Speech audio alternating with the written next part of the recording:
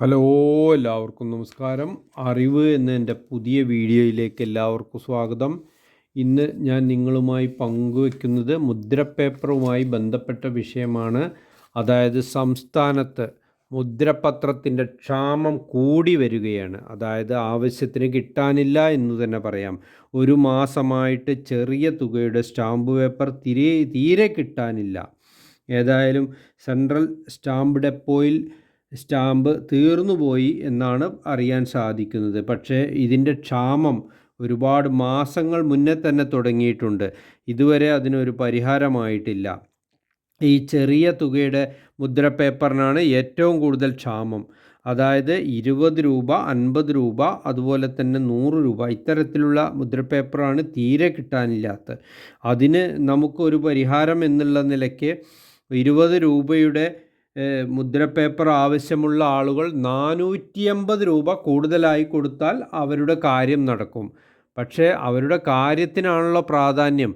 അതുകൊണ്ട് എല്ലാവരും 20 രൂപയുടെ ആവശ്യങ്ങൾക്ക് 500 രൂപയുടെ മുദ്രപ്പേപ്പറാണ് ഇപ്പോൾ ഉപയോഗിക്കുന്നത്.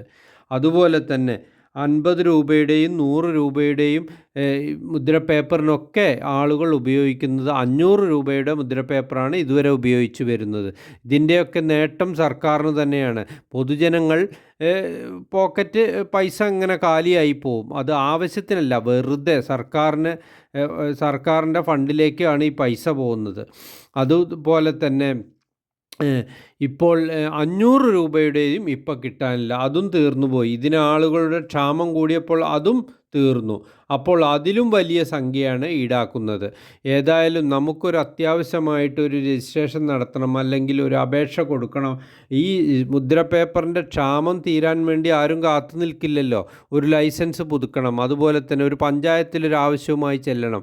അപ്പോൾ മുദ്രപ്പേപ്പർ വരട്ടെ. നമ്മൾ ഇപ്പോൾ അവിടെ 20 രൂപയുടെ മുദ്രപ്പേപ്പർ ആവശ്യമുള്ളൂ എന്ന് വിചാരിച്ചാൽ അവർ ആ 20 രൂപയുടെ 5 മാസം കഴിഞ്ഞ് വരുമെങ്കിൽ അതുവരെ വെയിറ്റ് ചെയ്യാൻ പറ്റില്ലല്ലോ. അതുകൊണ്ട് അവിടെ എത്ര തുകയുടെ ഉണ്ടെങ്കിലും അത് നമ്മൾ വാങ്ങാൻ ബാധ്യസ്ഥരാണ്. അതുതന്നെയാണ് ഇവിടെ നടക്കുന്ന ഒരു സംഭവം. പൊതുജനങ്ങളുടെ കയ്യിൽ നിന്ന് പണം നഷ്ടപ്പെടുക എന്ന് പറഞ്ഞാൽ ഇത്തരത്തിലുള്ള ഒരു സർക്കാരിൻ്റെ ഒരു മോശമായ അവസ്ഥ എന്ന് തന്നെ പറയാം. കാരണം സർക്കാരിൻ്റെ ഫണ്ടിലേക്ക് പൈസ ചെല്ലും, അല്ലാതെ പൊതുജനങ്ങൾക്ക് ഒരു കാര്യവുമില്ല. ഇതിനൊരു പരിഹാരം ഉണ്ടാക്കാൻ വേണ്ടി ഈ ഒരു സമ്പ്രദായം മുൻകൂട്ടി കണ്ട സമയത്ത്, ഇതിൻ്റെ മുന്നേ ക്ഷാമം വന്ന സമയത്ത് തന്നെ സ്റ്റാമ്പ് വെണ്ടേഴ്സ് അസോസിയേഷൻ സർക്കാരിനെ കൃത്യമായി അറിയിച്ചിരുന്നു. ഇത് ഇപ്പോൾ ക്ഷാമം വരുന്നുണ്ട്, ഇതിന് കൂടുതൽ ചെലവുണ്ട്, ആളുകൾക്ക് കൊടുക്കാനില്ല എന്നറിഞ്ഞിട്ടും ഇതുവരെയും അതിനൊരു പരിഹാരമോ യാതൊരു സംവിധാനമോ ഇല്ല. ഇപ്പോൾ പുതിയൊരു സംവിധാനം കൊണ്ടുവരാൻ തീരുമാനിച്ചിട്ടുണ്ട്. കാരണം എന്താണെന്ന് വെച്ചാൽ ചെറിയ തുകയുടെ സ്റ്റാമ്പ് പേപ്പർ മൂല്യം കൂട്ടി വിൽക്കുക, അതൊരു സീൽ ചെയ്ത് 50 രൂപയുടെ 500 രൂപയുടെ സീൽ ചെയ്ത് വിൽക്കാനുള്ളൊരു സംവിധാനം. എന്നാലും മുദ്രപ്പേപ്പർ അടിച്ചിറക്കില്ല, ഉള്ളത് വെച്ച് കളിക്കുകയാണ്. എന്താണ് സർക്കാരിൻ്റെ ഈ ഒരു സമ്പ്രദായം ഒന്നും മനസ്സിലാവണില്ല. കാരണം പൊതുജനങ്ങളുടെ ആവശ്യത്തിന് പൊതുജനങ്ങൾ വിജയിപ്പിച്ച് ഇരുത്തുന്ന ആളുകളാണ് ഇവർ. അതിന് ശക്തമായി ഇടപെട്ട് വേണ്ട കാര്യങ്ങൾ ചെയ്തു കഴിഞ്ഞാൽ എവിടെയും ഒരു ക്ഷാമം ഉണ്ടാവില്ല, ഒന്നും ഉണ്ടാവില്ല. ഏതായാലും നമ്മുടെ സാധാരണക്കാരുടെ പോക്കറ്റ് കാലിയാക്കാനുള്ള ഒരു സംവിധാനം തന്നെയാണ് ഇത്. അതായത് നമ്മൾ ഒരു ലൈസൻസ് എടുക്കണമെങ്കിൽ, ഒരു സ്ഥാപനത്തിന് ലൈസൻസ് എടുക്കണമെങ്കിൽ നമുക്ക് സ്റ്റാമ്പ് പേപ്പർ ആവശ്യമാണ്. അതുപോലെ തന്നെ പുതിയൊരു സ്ഥാപനം തുടങ്ങണമെങ്കിൽ അതിനും നമുക്ക് സ്റ്റാമ്പ് പേപ്പർ വേണം. ഒരു ജോലിക്ക് കയറണമെങ്കിൽ നമ്മൾ ബോണ്ട് വെക്കണം, ഈ ബോണ്ടിനും കൊടുക്കണം സ്റ്റാമ്പ് പേപ്പർ. എന്താവശ്യത്തിന് നമ്മളൊരു ഓഫീസിൽ പോയോ അതിനൊക്കെ സ്റ്റാമ്പ് പേപ്പർ വേണം. അതുപോലെ ചിട്ടി കിട്ടിയാൽ നമ്മൾ ബോണ്ട് കൊടുക്കണം, ലംസം ഗ്രാൻറ്റിന് കൊടുക്കണം. അതുപോലെ തന്നെ കരാറുകൾ എഴുതാൻ അത് വേണം, വാടക ഉടമ്പടികൾ, ബാങ്കുകളിലെ വായ്പാ ഉടമ്പടികൾ, സത്യവാങ്മൂലം നൽകാൻ, അതുപോലെ തന്നെ എല്ലാ കാര്യത്തിനും ഏറ്റവും കുറഞ്ഞ തുകയുടെ മുദ്രപ്പേപ്പറിനാണ് ഏറ്റവും കൂടുതൽ ക്ഷാമം. ഈ സെൻട്രൽ സ്റ്റാമ്പ് ഡെപ്പോയിൽ മുദ്രപ്പേപ്പർ തീർന്നു എന്ന് പറഞ്ഞാൽ ഇതുവരെയുള്ള ആവശ്യങ്ങൾ മനസ്സിലാക്കി അതിനനുസരിച്ച് സ്റ്റാമ്പ് ഇറക്കാനുള്ളൊരു സംവിധാനം എന്തുകൊണ്ട് സർക്കാർ സ്വീകരിക്കുന്നില്ല. അല്ലാതെ ഇത്ര സാധനം തീർന്നു എന്ന് പറയുന്നതിൽ അർത്ഥമില്ലല്ലോ.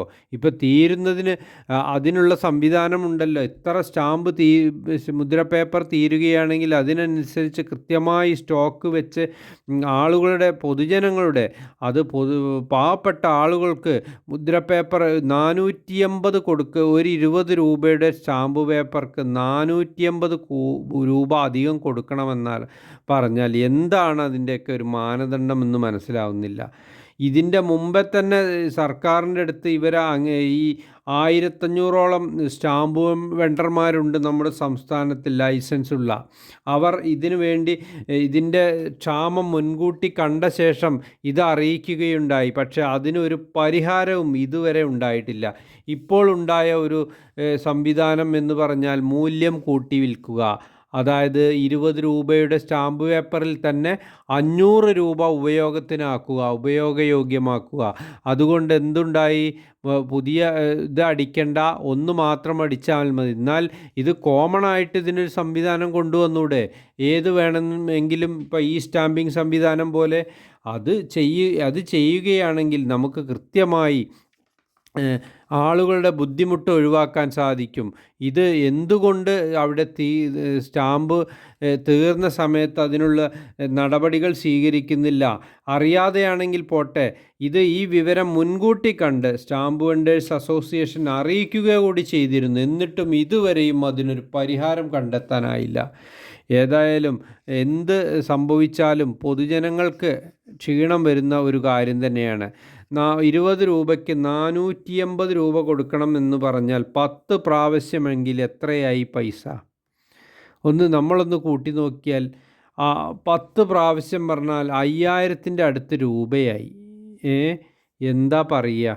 ഇത്രയേറെ പണം കൊടുത്തിട്ട് നമ്മുടെ ഒരു രേഖ ഉണ്ടാക്കണമെങ്കിൽ ആവശ്യത്തിനാണെങ്കിൽ പോട്ടെ, അല്ലെങ്കിൽ തന്നെ ടാക്സും കാര്യങ്ങളൊക്കെ വളരെയധികം കൂടുതലാണ്. പക്ഷേ ഈ രജിസ്ട്രേഷൻ ഫീസും വലിയ തോതിൽ വർദ്ധിച്ചിട്ടുണ്ട്. ആ കൂട്ടത്തിൽ ഈ സ്റ്റാമ്പിനും കൂടി പണം കൊടുക്കുക എന്ന് പറഞ്ഞാൽ പൊതുജനങ്ങൾക്ക് വലിയ ബുദ്ധിമുട്ടുള്ളൊരു കാര്യം തന്നെയാണ്. ഇത് സർക്കാർ മുൻകൂട്ടി കണ്ട് അതിനൊരു തീരുമാനമായിട്ടുണ്ടെങ്കിൽ അത് വലിയ നല്ല ഒരു കാര്യം തന്നെയാണ്. ഇപ്പോൾ ഈ മൂല്യം കൂട്ടി വിൽക്കുന്നത് തൽക്കാലം ഒരു പരിഹാരമാവുമെന്ന് വിചാരിക്കാം. എൻ്റെ വീഡിയോ ഇഷ്ടപ്പെട്ടവർ ലൈക്ക് ചെയ്യുക, അതുപോലെ തന്നെ കമൻറ്റ് ചെയ്യുക. ഇതുവരെ സബ്സ്ക്രൈബ് ചെയ്യാത്ത ആളുകളുണ്ടെങ്കിൽ ഉടൻ തന്നെ സബ്സ്ക്രൈബ് ചെയ്യുക. വീണ്ടും പുതുപുത്തൻ വീഡിയോയുമായി ഞാൻ നിങ്ങളുടെ മുന്നിൽ വരുന്നതാണ്.